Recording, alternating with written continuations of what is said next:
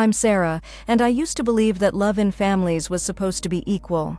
That parents were supposed to celebrate all their children's milestones with the same enthusiasm, the same investment, the same joy. I held on to that belief even when the evidence kept mounting that in my family, love came with conditions and favoritism ran deeper than I ever imagined.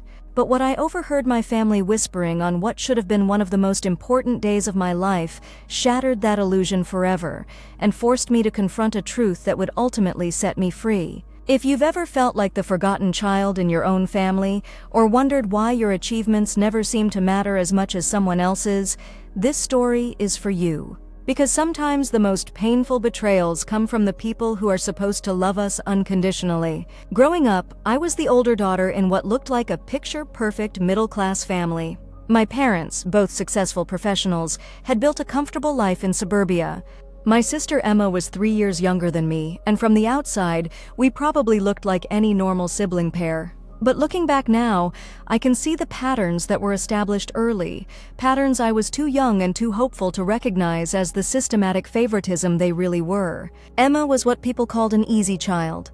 She was naturally outgoing, charming, and had this effortless way of making adults adore her. She laughed at my dad's jokes, complimented my mom's cooking, and seemed to instinctively know how to be the daughter they wanted. I, on the other hand, was quieter, more serious, more focused on my studies and my own interests. I read constantly, wrote poetry, and spent hours working on art projects. While Emma was performing for family friends at dinner parties, I was usually in my room, absorbed in whatever creative project had captured my attention that week. The difference in how we were treated started small. When Emma won a participation trophy in her elementary school soccer league, my parents threw her a celebration dinner and invited the grandparents over. When I won the regional middle school writing competition, beating out kids from 15 other schools, my mom made my favorite dessert and told me she was proud.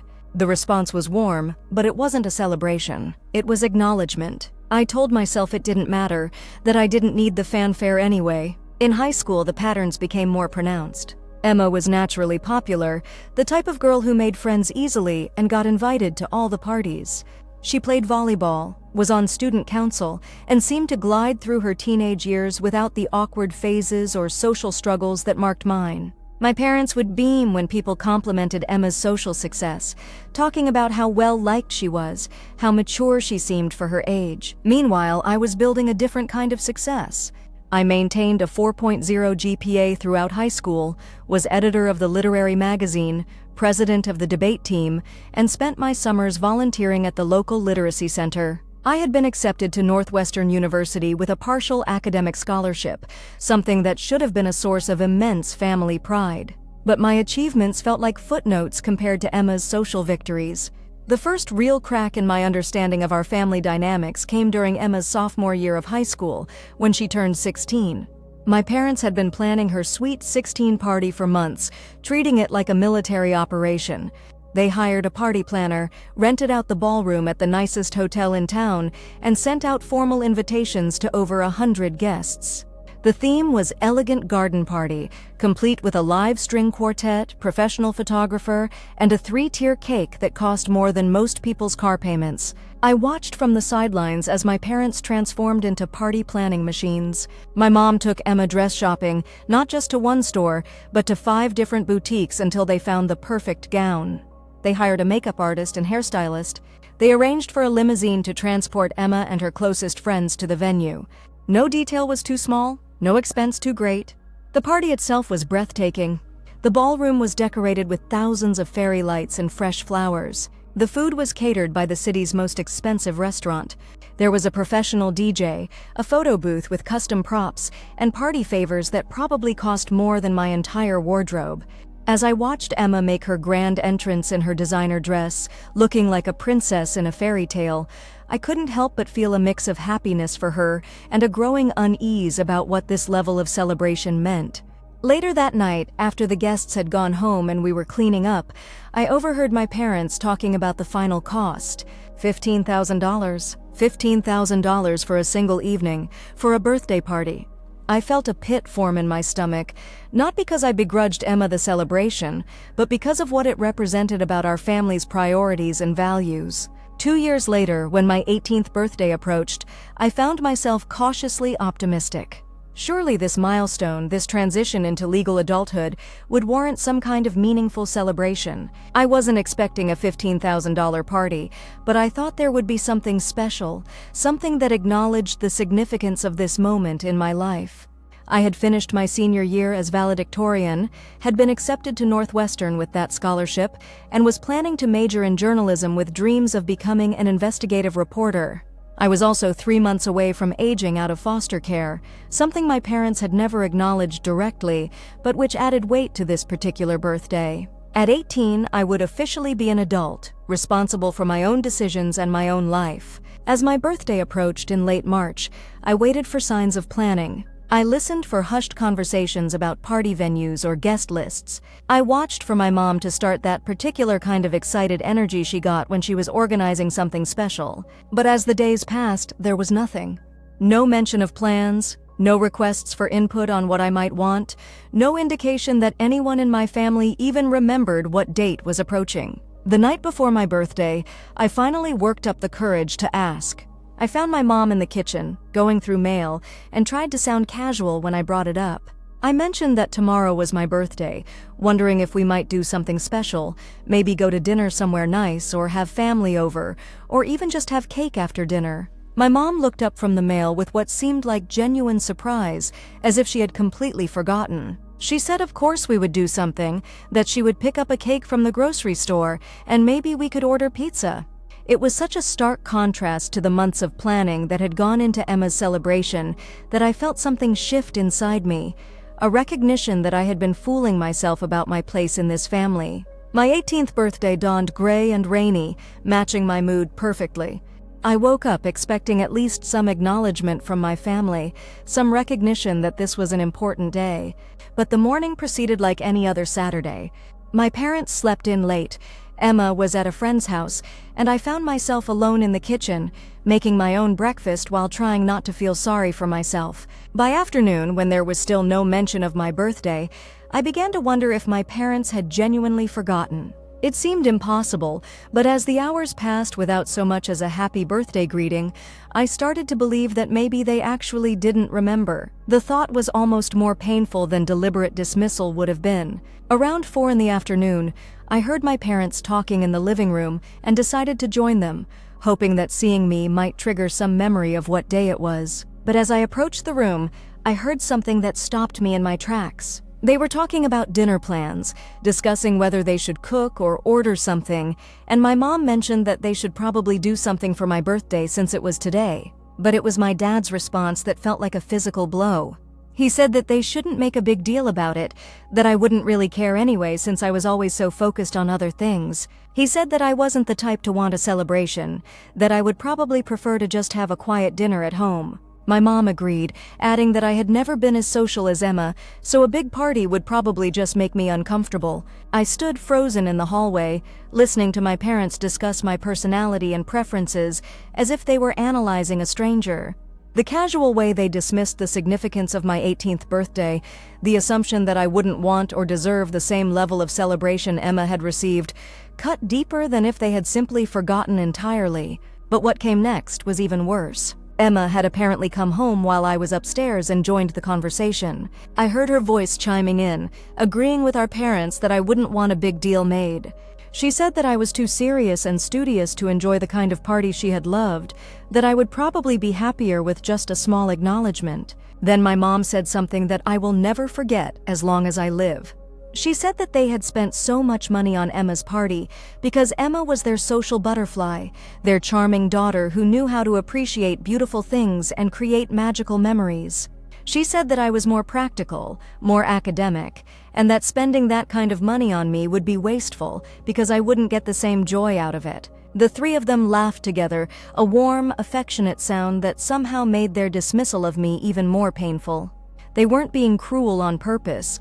They genuinely believed that I was less deserving of celebration, less capable of joy, less worthy of investment. In their minds, they were being practical and considerate by not wasting money on someone who wouldn't appreciate it anyway. I crept back upstairs to my room, feeling like I was seeing my family clearly for the first time. The patterns I had noticed over the years weren't just about different personalities or natural preferences. They were about fundamental differences in how my parents valued their children, differences that ran so deep they had become invisible to everyone except the child being consistently devalued. That evening, my parents did indeed pick up a grocery store cake and order pizza. They sang happy birthday with smiles that seemed genuine, gave me cards with heartfelt messages about how proud they were of me, and presented me with a laptop bag for college that probably cost around $50. Emma had bought me a book by my favorite author, something thoughtful that showed she did pay attention to my interests. Sitting around the kitchen table, eating pizza off paper plates while my family cheerfully celebrated my transition to adulthood, I felt completely alone. They thought they were giving me exactly what I wanted, a low-key, practical celebration that matched their perception of my personality. But what they were really giving me was a clear message about my worth in their eyes, about the level of effort and investment I deserved compared to my sister. Over the following weeks, as I prepared for graduation and college, I found myself analyzing every interaction with my family through this new lens of understanding. I noticed how my parents' faces lit up differently when Emma walked into a room compared to when I did. I saw how they listened more attentively to her stories about friends and school activities, while my academic achievements and future plans were met with distracted nods and brief comments about how nice that was. The graduation season brought more evidence of the differential treatment I was finally learning to recognize. Emma's friends were over constantly, planning end-of-year activities and talking about their summer plans. My parents were deeply involved in these conversations, offering to drive groups of girls to the mall or host sleepovers. They knew the names of all Emma's friends, their family situations, their college plans. Meanwhile, my small group of close friends from debate team and literary magazine were largely invisible to my parents. They knew their names, but nothing about their personalities or dreams. When I mentioned that my friend Rachel had gotten into Columbia or that Marcus had won a national poetry contest, my parents would smile and say that was nice. But there was no real engagement, no curiosity about the remarkable people I had surrounded myself with. The night of my high school graduation, after the ceremony where I gave the valedictorian speech to an auditorium full of families, we went out to dinner at a nice restaurant. My parents were proud, and they told me so repeatedly. They took pictures and shared them on social media, talking about their brilliant daughter who was headed to Northwestern. But even in that moment of celebration, I could feel the difference in energy compared to Emma's milestones. My parents were proud of me the way they might be proud of a good investment that had performed well. There was satisfaction in my success, but not the pure joy and delight they showed for Emma's achievements, no matter how small. That summer, as I prepared to leave for college, I threw myself into my work at the Literacy Center and a part-time job at a local bookstore. I was saving money for college expenses and trying to build independence, but I was also creating distance from family dynamics that I was beginning to understand were unhealthy for me. The family discussions about college logistics revealed more layers of the favoritism I was learning to see clearly. When it came time to shop for dorm room essentials, my parents approached it like a necessary task to be completed efficiently. We went to Target, bought the basics, and called it done. I paid for most of it myself with money I had saved from my summer jobs. 2 years later, when it was Emma's turn to prepare for college, the process looked completely different. My parents researched the best places to shop for dorm decor, planned elaborate shopping trips to multiple stores, and treated the whole experience like a fun bonding activity. Emma's room was going to be Instagram ready, with coordinated bedding, decorative pillows, wall art, and organizational systems that cost more than my entire dorm setup. But by then, I was already well into my freshman year at Northwestern, building a life that felt authentic and fulfilling in ways my home life never had. I had found my place on the campus newspaper, was excelling in my journalism classes, and had formed friendships with people who appreciated my seriousness and ambition instead of seeing them as character flaws. The distance from home gave me perspective on my family dynamics that I hadn't been able to achieve while living in the middle of them. I could see how the patterns established in childhood had shaped all of us, how my parents had unconsciously created a family hierarchy with Emma at the top and me in a supporting role. During winter break of my freshman year, I came home with new confidence and a clearer sense of my own worth. I had been named to the dean's list, had published several articles in the campus paper, and was already being considered for a competitive summer internship at a Chicago magazine. I was excited to share these achievements with my family and hoped that maybe now, with some distance and maturity, we could find a better balance. But the family dynamics hadn't changed in my absence. Emma, now a senior in high school, was deep in the college application process, and it had become the primary focus of all family conversations. My parents were researching schools, planning campus visits, and discussing strategy with an intensity they had never brought to my college search. When I tried to share news about my internship opportunity, the conversation quickly shifted back to Emma's applications. When I mentioned that I was considering a summer abroad program, my parents were supportive but distracted, already thinking about Emma's upcoming campus visits. It was during that winter break that I had what I now recognize as a pivotal conversation with my mom. We were in the kitchen together, and I was telling her about my journalism classes and my growing interest in investigative reporting. She listened politely, but I could tell her attention was elsewhere. Finally, I asked her directly why she and Dad seemed less excited about my achievements than they were about Emma's activities. I tried to ask it gently, without accusation, genuinely curious about her perspective. My mom seemed surprised by the question. She assured me that they were proud of me, that they had always been proud of me. She said that I had always been so self-sufficient and driven that they didn't feel like I needed as much support or encouragement as Emma did. She explained that Emma was more sensitive, more dependent on family approval, so they felt they needed to be more actively involved in her life. It was such a perfect example of how good intentions can create harmful patterns. My parents had interpreted my independence and drive as evidence that I needed less from them, not understanding that their reduced investment had actually created the very self-sufficiency they were now using to justify continued neglect. I tried to explain that everyone needs encouragement and celebration, that my independence didn't mean I wouldn't benefit from the same level of family investment Emma received. But I could see that my mom genuinely didn't understand what I was asking for. In her mind, treating us differently based on our personalities was thoughtful parenting, not favoritism. That conversation clarified something important for me. My parents weren't intentionally cruel or malicious. They loved both their daughters and wanted the best for us. But they had fundamental blind spots about fairness and the impact of differential treatment that I was never going to be able to fix through explanation or appeals to their better nature. I returned to Northwestern that spring with a new understanding of my situation and a growing determination to build a life that didn't depend on my family's validation. I threw myself into my studies and extracurricular activities with renewed focus, not to prove anything to my parents, but to create the kind of life that would fulfill me regardless of their recognition.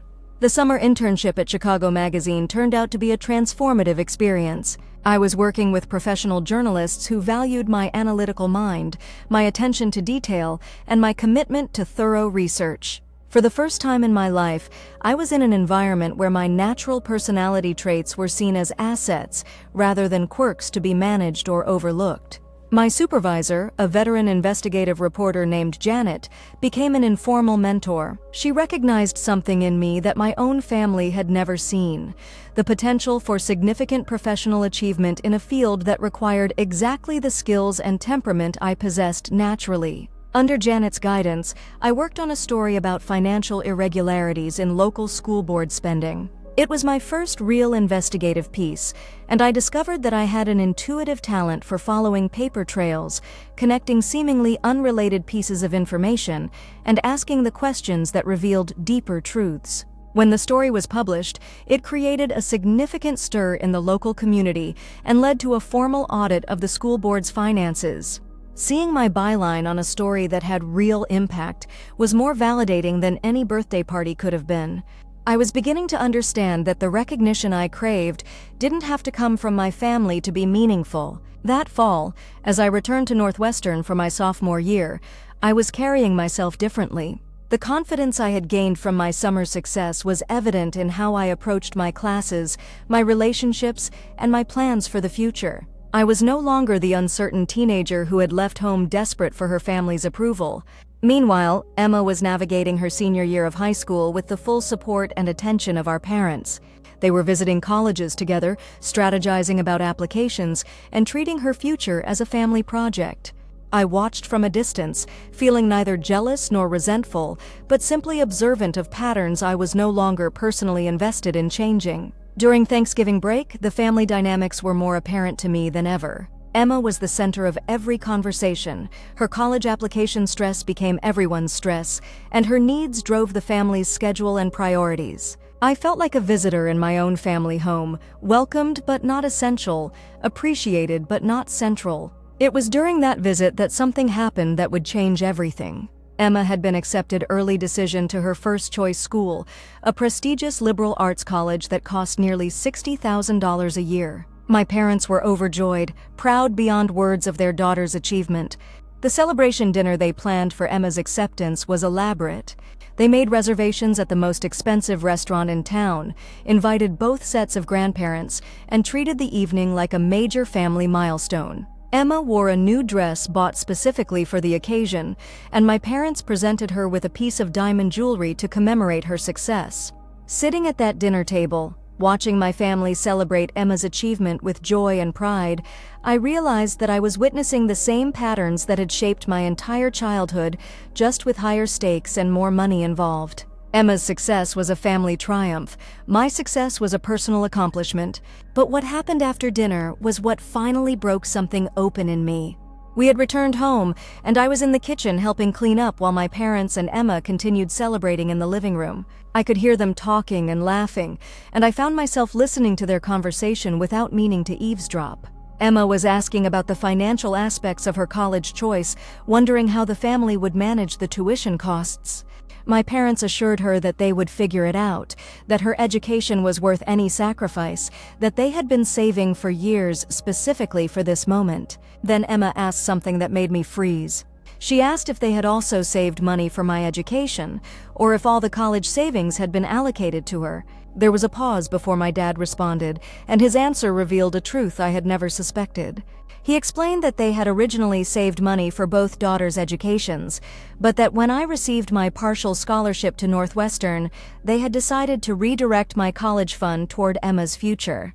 He said that since I was already getting financial aid and had always been so responsible with money, I clearly didn't need as much family support. He said they felt comfortable using my college fund for Emma because I would find a way to make things work regardless.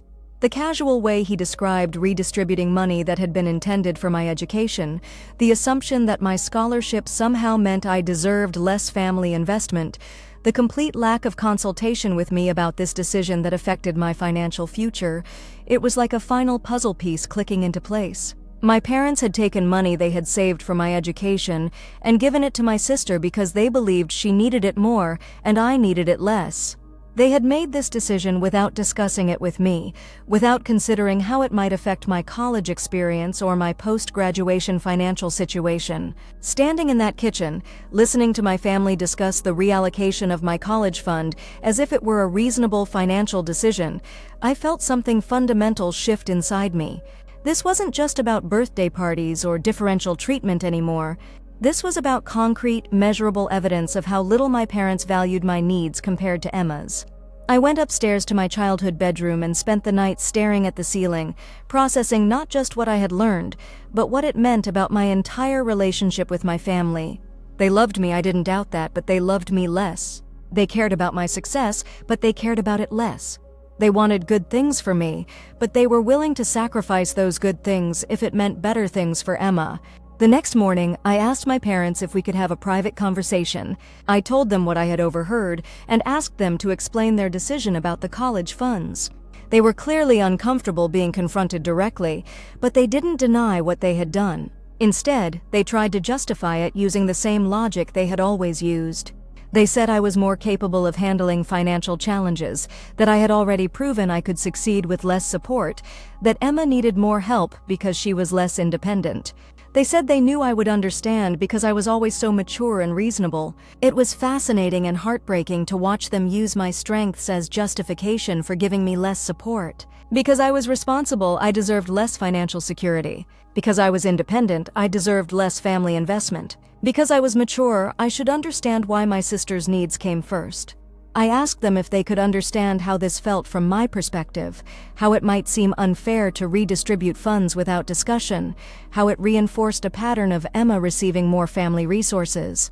They seemed genuinely puzzled by my reaction, unable to see beyond their own logic to understand the emotional impact of their decision. That conversation clarified something crucial for me. My parents weren't going to change their fundamental approach to our family dynamics because they didn't see anything wrong with it. They believed their differential treatment was justified by our different personalities and needs. They thought they were being good parents by giving each daughter what she required to succeed. I realized that continuing to hope for equal treatment was only setting myself up for continued disappointment. Instead, I needed to accept my family as they were and make decisions based on that reality rather than on what I wished they could be. I returned to Northwestern after that Thanksgiving break with a new clarity about my situation and my goals. I was going to focus on building the best possible life for myself, independent from my family's investment or approval. I was going to use their neglect as motivation to become exactly the kind of person who didn't need their validation to thrive. Over the following months, I threw myself into my studies and my journalism work with intense focus. I applied for every scholarship, grant, and academic opportunity I could find. I worked part-time jobs to cover my living expenses and started building a professional network through my internships and campus activities. By the end of my sophomore year, I had been selected for a prestigious summer program at the Washington Post, earned a full academic scholarship that covered my remaining tuition costs, and been offered a position as editor-in-chief of the campus newspaper for my junior year. I was building exactly the kind of resume that would open doors to the career I wanted, and I was doing it entirely through my own efforts. The summer program at the Washington Post was extraordinary. I was working alongside some of the most talented journalists in the country, contributing to stories that had national impact, and learning from mentors who saw tremendous potential in my work. For 10 weeks, I was immersed in an environment where my analytical skills, attention to detail, and dedication to truth-telling were not just appreciated, but celebrated. One of my articles from that summer, an investigation into federal funding irregularities at nonprofit organizations, was picked up by several other news outlets and led to policy changes at the federal level. Seeing my work create real change in the world was intoxicating in the best possible way. When I returned home briefly before my junior year, I was carrying myself like someone who knew her own worth. The validation I had received from professional mentors, the concrete evidence of my capabilities, and the growing confidence in my career path had transformed me in fundamental ways. My family was proud of my summer achievements, but their pride felt different now that I no longer needed it for my sense of self-worth. I could appreciate their support without depending on it for validation. I could see their limitations without feeling diminished by them. Emma was preparing to start college, and the family was fully focused on her transition. They were planning elaborate shopping trips, researching her campus, and treating her departure like a major family milestone. I watched their excitement with genuine happiness for Emma and complete emotional detachment from their differential treatment. During that brief visit home, something happened that crystallized how much I had changed and how little my family had. Emma was stressed about some minor issue with her dorm assignment, and my parents were treating it like a major crisis. They were making phone calls, researching alternatives, and generally mobilizing the family resources to solve her problem. Later that evening, I mentioned to my parents that I was having some financial concerns about my living expenses for the upcoming year, even with my scholarships. I wasn't asking for money, just sharing something that was on my mind. Their response was immediate advice about budgeting, suggestions for additional part-time work, and confidence that I would figure it out. The contrast was so stark it was almost funny. Emma's minor dorm issue required family intervention. My legitimate financial concerns required personal resourcefulness. It was the same pattern that had shaped our entire childhood, but now I could see it clearly without feeling hurt by it.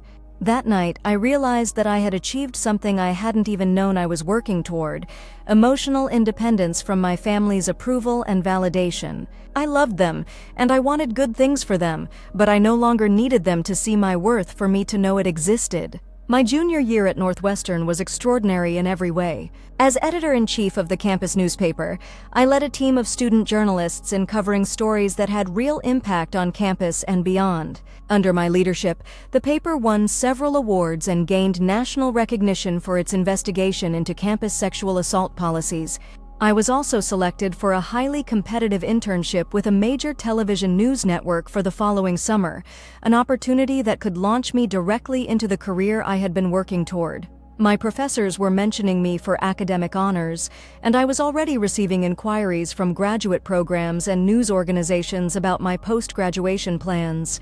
For the first time in my life, I was experiencing what it felt like to be the star, the golden child, the one whose achievements made others proud to know me. But this recognition was coming from people who valued the qualities I had always possessed, rather than asking me to change or diminish myself to earn approval. During spring break of my junior year, I received news that would change everything. The television network had offered me a full-time position starting after graduation, with a salary that was more than double what most new graduates could expect in journalism. It was an unprecedented opportunity for someone my age, a clear recognition of the exceptional work I had been doing. I called my parents to share the news, expecting them to be thrilled about this incredible opportunity. They were pleased, certainly, and they said all the right things about being proud of me. But their response lacked the explosive joy and excitement they had shown for Emma's college acceptance or other much smaller achievements. Later that week, Emma called me to congratulate me on the job offer. During our conversation, she mentioned something that revealed another layer of our family dynamics that I hadn't fully understood.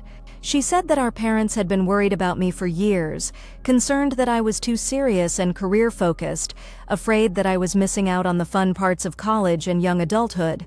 She explained that they saw my achievements as evidence of an imbalanced life, rather than as reasons for celebration. They were proud of my success, but they also felt sorry for me because they believed I was sacrificing happiness for accomplishment. In their minds, Emma's more balanced approach to college, with her social activities and moderate academic performance, was healthier and more desirable. It was a revelation that helped me understand why my parents' pride in my achievements always felt somewhat muted. They weren't just celebrating my success, they were also mourning what they saw as my failure to have a normal, fun college experience.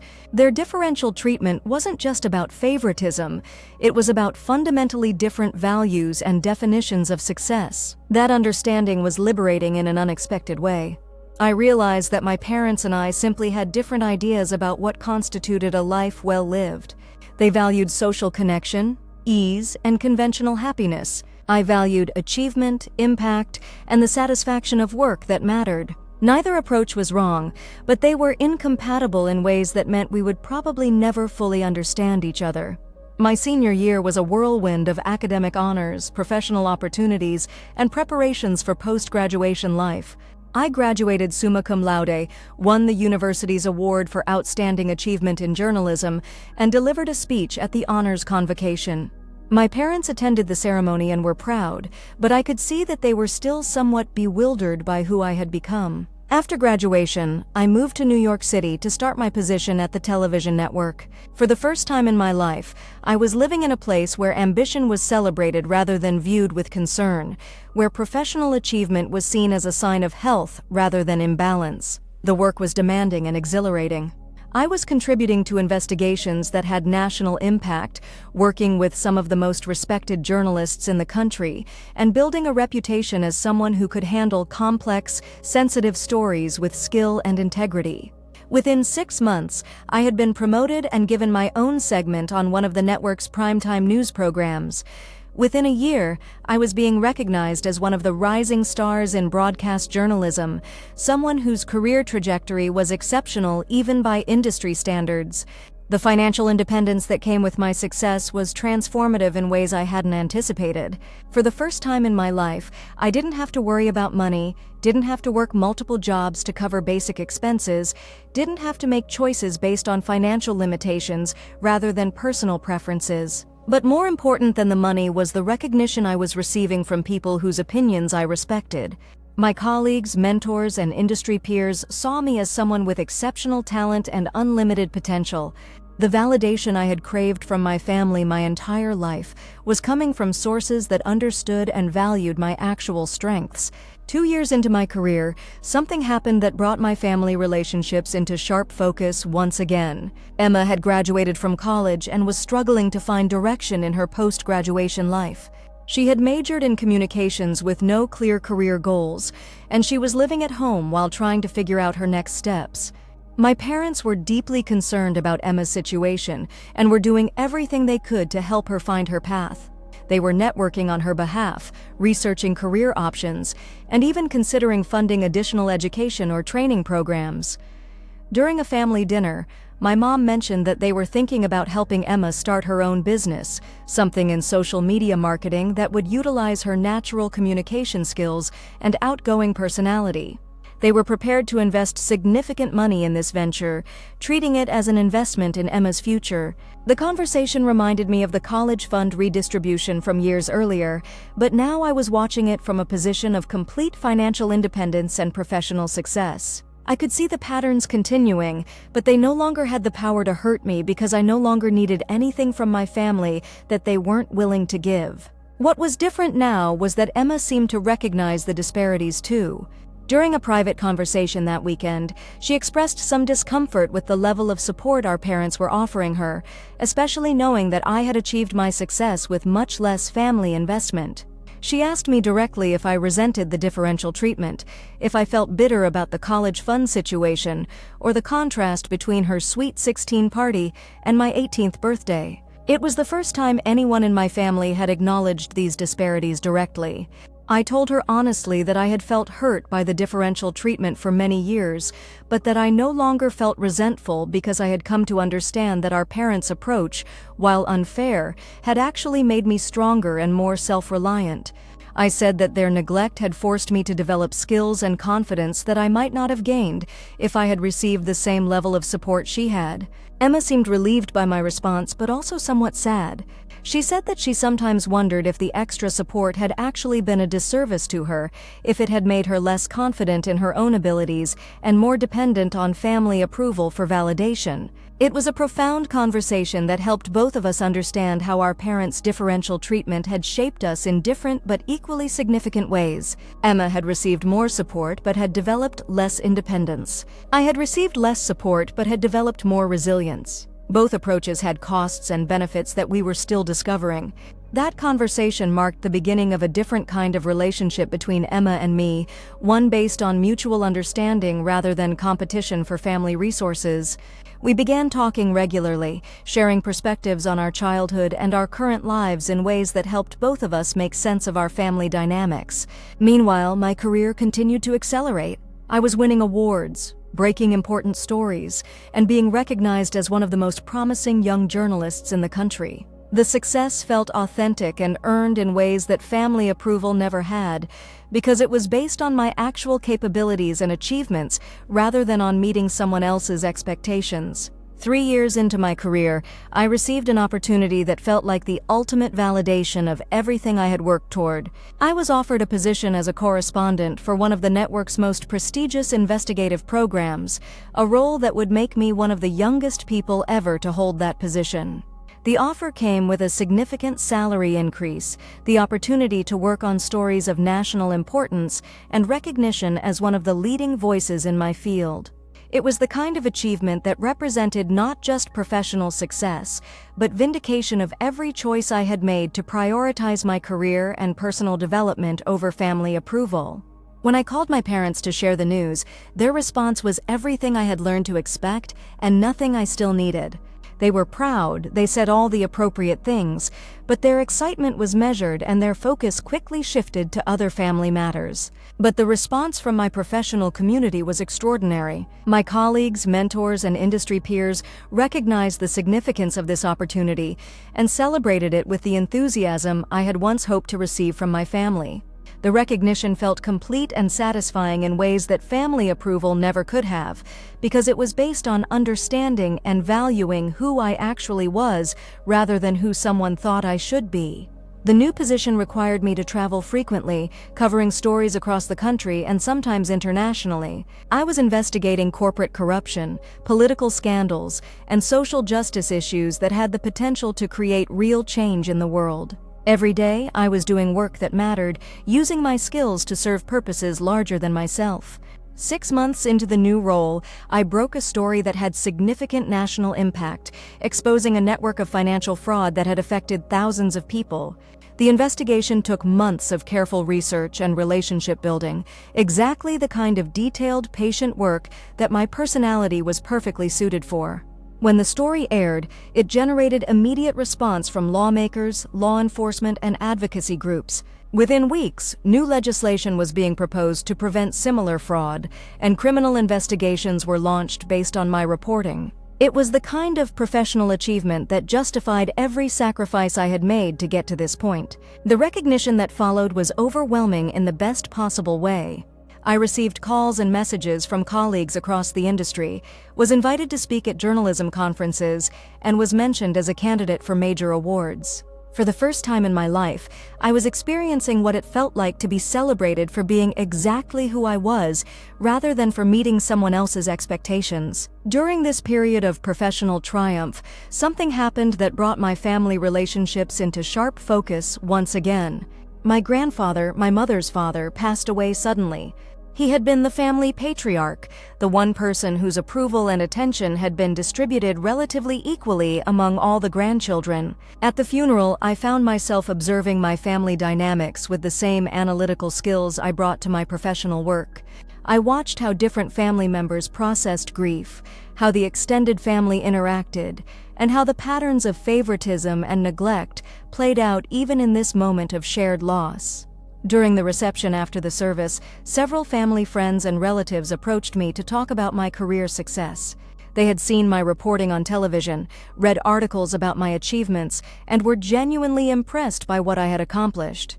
Their recognition and pride felt authentic in ways that my parents' measured approval never had. One conversation particularly stood out. My grandfather's brother, my great-uncle Robert, pulled me aside to tell me how proud my grandfather had been of my success. He said that my grandfather had followed my career closely, had bragged about my achievements to his friends, and had considered me one of the family's greatest success stories. This revelation was both touching and painful. My grandfather had been proud of me in ways my own parents had never quite managed, but I had never known it because no one had told me. The recognition I had craved from my family had actually existed, but it had been expressed privately rather than directly to me. That conversation made me realize how much I had been shaped by my parents' particular way of showing approval, and how different other family members' perspectives might have been. It also highlighted how their differential treatment wasn't necessarily shared by everyone in our extended family. During the days following the funeral, as family members gathered to support each other and share memories, I had several conversations that revealed new perspectives on my childhood and family dynamics. Aunts and uncles mentioned things they had noticed over the years, subtle acknowledgments that the differential treatment had been visible to others, even when it hadn't been discussed directly. These conversations were validating in ways I hadn't expected. Learning that other people had noticed the patterns I had experienced helped me understand that my perceptions had been accurate, that the differences in treatment hadn't been in my imagination or the result of oversensitivity. But more importantly, these conversations showed me how my response to the differential treatment had been noticed and admired by family members who valued resilience and independence. Several relatives mentioned that they had always been impressed by my determination and self-reliance, qualities they saw as evidence of strength rather than signs of inadequate support. A few months after my grandfather's funeral, I received news that felt like the ultimate professional validation. I had been nominated for a prestigious journalism award, one of the highest honors in the field, for the investigation that had exposed the financial fraud network. The nomination itself was extraordinary recognition for someone my age, but what made it even more meaningful was the recognition from my peers and mentors. The journalists whose work I had always admired were now treating me as an equal, acknowledging my contributions to the field in ways that felt both humbling and empowering. When I called my parents to share the news about the nomination, their response was exactly what I had learned to expect. They were pleased and proud, but their excitement was measured and their focus quickly shifted to other topics. They didn't seem to fully understand the significance of the recognition or what it meant for my career trajectory. The contrast between their response and the response from my professional community was striking, but no longer painful. I had learned to seek validation from sources that understood and valued my actual achievements, rather than hoping for recognition from people whose values and priorities were fundamentally different from mine. The awards ceremony was held in New York City, and it was one of the most extraordinary nights of my life. I was surrounded by journalists whose work had shaped my understanding of the field, people whose careers represented the highest levels of professional achievement. When my name was called as the winner, the feeling was unlike anything I had ever experienced. It wasn't just recognition of my work, it was vindication of every choice I had made to prioritize my professional development over conventional expectations. It was proof that my parents' concerns about my seriousness and career focus had been unfounded, that my approach to life had led to exactly the kind of success I had always dreamed of achieving.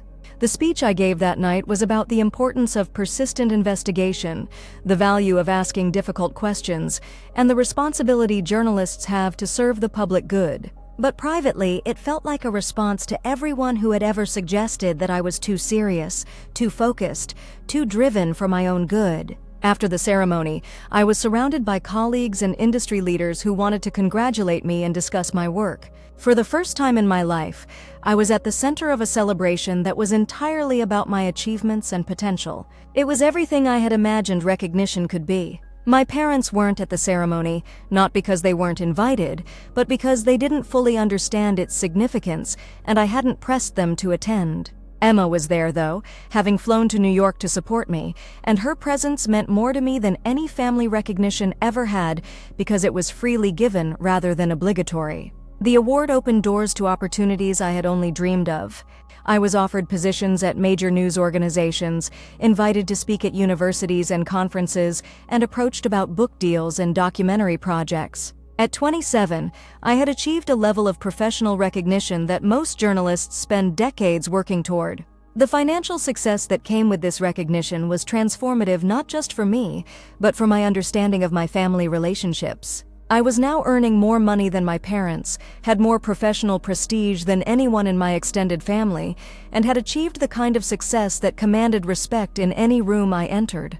This reversal of traditional family hierarchies created interesting dynamics during family gatherings. My parents were proud of my success, but they also seemed somewhat bewildered by it. They had raised me to be responsible and hardworking, but they hadn't anticipated that those qualities would lead to this level of achievement. Emma, meanwhile, was still struggling to find her professional direction, despite all the family support she had received. The business venture my parents had funded hadn't been successful, and she was working a series of temporary jobs while trying to figure out her long-term goals. The contrast between our situations was stark and somewhat uncomfortable for everyone. I had achieved extraordinary success with minimal family support, while Emma was struggling despite having received maximum family investment. It was evidence that my parents' approach to differential treatment hadn't produced the outcomes they had expected. During a family dinner that fall, something happened that brought all these dynamics into focus. My parents were discussing their financial concerns about retirement, mentioning that some of their investments hadn't performed as well as they had hoped, and that they were worried about maintaining their standard of living. Emma suggested that maybe I could help, given my financial success. The suggestion was made casually, as if it were obvious that my resources should be available to solve family problems. My parents didn't immediately reject the idea, which told me they had probably already considered it. I was struck by the assumption that my success created obligations to family members who had never supported my efforts to achieve it. The idea that I should now use my resources to solve problems for people who had consistently undervalued my potential felt like a continuation of the same unfair dynamics that had shaped my childhood. I responded carefully, explaining that I was happy to help with genuine emergencies, but that I wasn't comfortable being viewed as a solution to ongoing financial concerns. I said that my success had come from careful planning and sacrifice, and that I intended to continue making financial decisions based on my own goals and values. The conversation revealed underlying assumptions about family obligations that I had never agreed to, and that had never been applied equally to all family members. Emma had never been expected to solve family problems or support other people's goals, but my success was apparently creating different expectations for me. Over the following weeks, I found myself thinking about the concept of family loyalty and what it meant in the context of relationships that had been fundamentally unequal. I realized that I felt loyal to my family members as individuals, but not to family systems that had consistently undervalued my contributions and overvalued my obligations. This distinction became important as I navigated increasingly complex family dynamics around my success. I was willing to maintain relationships with family members who treated me with respect and appreciation, but I was no longer willing to prioritize family harmony over my own well-being and goals. The clarity about my boundaries became even more important when I received an opportunity that would require me to relocate to London for a 2-year assignment covering European politics and international affairs. It was the kind of career opportunity that comes along once in a lifetime, a chance to expand my expertise and build an international reputation. When I told my family about the opportunity, their responses revealed everything I had learned about their priorities and values. My parents' immediate concern was about how the distance would affect family relationships, how often I would be able to visit, and whether I was prioritizing career success over family connections. Emma was supportive but also seemed sad about the distance. She had come to depend on our developing relationship as a source of stability and perspective, and she was worried about losing that connection. It was fascinating to observe how my family's responses to this opportunity were focused entirely on how it would affect them, with little consideration of how it might benefit me professionally or personally. The assumption seemed to be that family obligations should take precedence over career opportunities, even when those family obligations had never been equally applied. I realized that this was a defining moment in my relationship with my family. I could prioritize their comfort and preferences, potentially limiting my professional growth, or I could make decisions based on my own goals and trust that healthy family relationships would survive the distance. The decision was ultimately easy because I had spent years learning to value my own judgment over family approval. I accepted the assignment and began preparing for the move to London, despite my family's concerns and reservations. The 2 years in London were extraordinary in every way. I was covering stories of international significance, building relationships with sources and colleagues around the world, and developing expertise that made me one of the most knowledgeable journalists in my field. The professional growth was matched by personal development as I learned to navigate life in a different culture, built new friendships, and gained perspective on American politics and society from an international viewpoint. I was becoming not just a better journalist, but a more sophisticated and worldly person. The distance from my family was actually beneficial for our relationships. Without the constant navigation of complex dynamics and expectations, I could appreciate my family members for who they were, rather than feeling frustrated by who they weren't. Our phone calls and video chats were pleasant, focusing on sharing news and maintaining connection without the undercurrents of obligation and resentment. Emma visited me in London twice during those 2 years, and those visits helped solidify our relationship as adults who chose to be in each other's lives rather than siblings bound by obligation and competition. She was genuinely impressed by what I had built for myself professionally and personally, and I was able to support her continued efforts to find her own direction without feeling responsible for her success. When I returned from London, I was offered a position that represented the pinnacle of achievement in my field, anchor of my own primetime news program on a major network. At 30, I would be one of the youngest people ever to hold such a position, and the youngest woman to anchor a primetime news program in the network's history. The salary was extraordinary, the prestige was unmatched, and the platform would allow me to influence national conversations about the issues I cared about most. It was everything I had worked toward since I first decided to pursue journalism as a career. When I called my parents to share this news, their response was everything I had learned to expect and nothing I still needed. They were proud and pleased, but their excitement was measured, and their focus quickly shifted to practical concerns about the demands of the new position and how it might affect my personal life. But the response from the journalism community was extraordinary. Colleagues, mentors, and industry leaders recognized the significance of this appointment and celebrated it with enthusiasm that matched my own excitement. The recognition felt complete and satisfying because it came from people who understood what this achievement represented.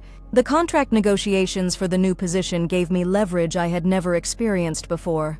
I was able to negotiate not just salary and benefits, but creative control over my program's content and the freedom to pursue the kinds of investigative stories that had always been my passion. For the first time in my life, I had the resources and platform to create exactly the kind of career I had always envisioned. I could pursue stories that mattered to me, use my position to highlight issues I cared about, and build a legacy based on work that served purposes larger than myself. The success also gave me the financial security to make choices based on my values rather than necessity. I could support causes I believed in, help people I cared about, and build the kind of life that reflected my priorities and goals. As I settled into my new role, I found myself reflecting on the journey that had brought me to this point. The differential treatment that had once felt so painful had ultimately made me stronger, more self-reliant, and more determined to succeed on my own terms. I realized that my parents' failure to invest in me equally had actually been a gift, though not one they had intended to give. Their neglect had forced me to develop skills, confidence, and resilience that I might never have gained if I had received the same level of support Emma had enjoyed. The recognition I now received from my professional community was more meaningful than family approval could ever have been, because it was based on understanding and valuing my actual capabilities rather than meeting someone else's expectations. 6 months into my new role, I decided to use my platform to do a series of investigative reports on family dynamics and favoritism, exploring how differential treatment affects children's development and long-term success. The series was deeply personal for me, though I didn't share my own story directly. The response to the series was overwhelming. Viewers shared their own experiences of family favoritism, differential treatment, and the long-term effects of growing up feeling undervalued by their families. The conversations that emerged from these reports created a community of people who had found strength in overcoming family neglect, rather than being diminished by it. Through this work, I realized that my experience wasn't unique, that many successful people had been shaped by family dynamics that undervalued their potential and forced them to develop exceptional self-reliance. The series became a way of using my platform to validate experiences that are often dismissed or minimized. The professional recognition for this series was extraordinary, but more important was the personal satisfaction of using my success to help other people understand and overcome similar challenges. It felt like the ultimate vindication of every choice I had made to prioritize my own development over family approval. As I write this, I'm 32 years old and at the height of my career. I'm anchoring one of the most respected news programs in the country, winning awards for my investigative work, and using my platform to create positive change in the world. I'm financially secure beyond anything I ever imagined possible, professionally respected by people whose opinions I value, and personally fulfilled by work that serves purposes larger than myself. My relationship with my family has evolved to a place of mutual respect and appropriate boundaries. I love my parents and sister, and I maintain regular contact with them, but I no longer seek their approval or validation. I've learned to appreciate them for who they are, rather than feeling disappointed by who they aren't. Emma has finally found her direction, starting a successful consulting business that utilizes her natural communication skills and social intelligence. She's thriving in ways that make me genuinely happy, and our relationship has become one of mutual support and understanding rather than competition for family resources. My parents are proud of both their daughters, each successful in her own way. They've never fully acknowledged the differential treatment that shaped our childhoods, but they've also never asked me to pretend it didn't happen. We've found a way to maintain family relationships without relitigating past grievances. The most important lesson I've learned is that the recognition and validation I spent years craving from my family was never going to fulfill me the way I thought it would. The approval that truly matters comes from people who understand and value your actual strengths, who celebrate your achievements because they recognize their significance, who support your goals because they align with your authentic self. If you're someone who has experienced family favoritism, differential treatment, or the pain of feeling undervalued by the people who are supposed to love you unconditionally, I want you to know that their failure to see your worth doesn't diminish your actual value. Sometimes the greatest gift our families can give us is the motivation to prove them wrong, to exceed their expectations so completely that their approval becomes irrelevant. The success I've achieved wasn't despite my family's neglect, but because of it. Their underinvestment in me forced me to overinvest in myself. Their failure to celebrate my achievements taught me to find validation from sources that truly understood their significance. Their assumption that I needed less support made me strong enough to succeed without any support at all. Your family's inability to see your potential doesn't limit your actual possibilities. Their failure to invest in your dreams doesn't prevent you from achieving them. Their differential treatment says everything about their limitations and nothing about your worth. If this story resonates with you, if you felt forgotten or undervalued by your own family, please know that you're not alone. There's an entire community of people who have found strength in overcoming family neglect, who have used differential treatment as motivation to exceed every expectation, who have built extraordinary lives despite receiving less support than they deserved. I'd love to hear your stories in the comments. Have you experienced family favoritism that ultimately made you stronger? Have you found success that vindicated your worth in ways your family never recognized? Have you learned to seek validation from sources that truly understand your value? And if you found this story meaningful, please consider subscribing and liking this video. Sharing these experiences helps create the community and validation we all deserved from our families but didn't receive. Sometimes the family we choose through shared understanding and mutual support is more nurturing than the family we were born into. Remember, your worth isn't determined by your family's ability to see it. Your potential isn't limited by their failure to invest in it. Your success doesn't require their approval to be meaningful. You are enough exactly as you are, and your achievements matter regardless of who chooses to celebrate them.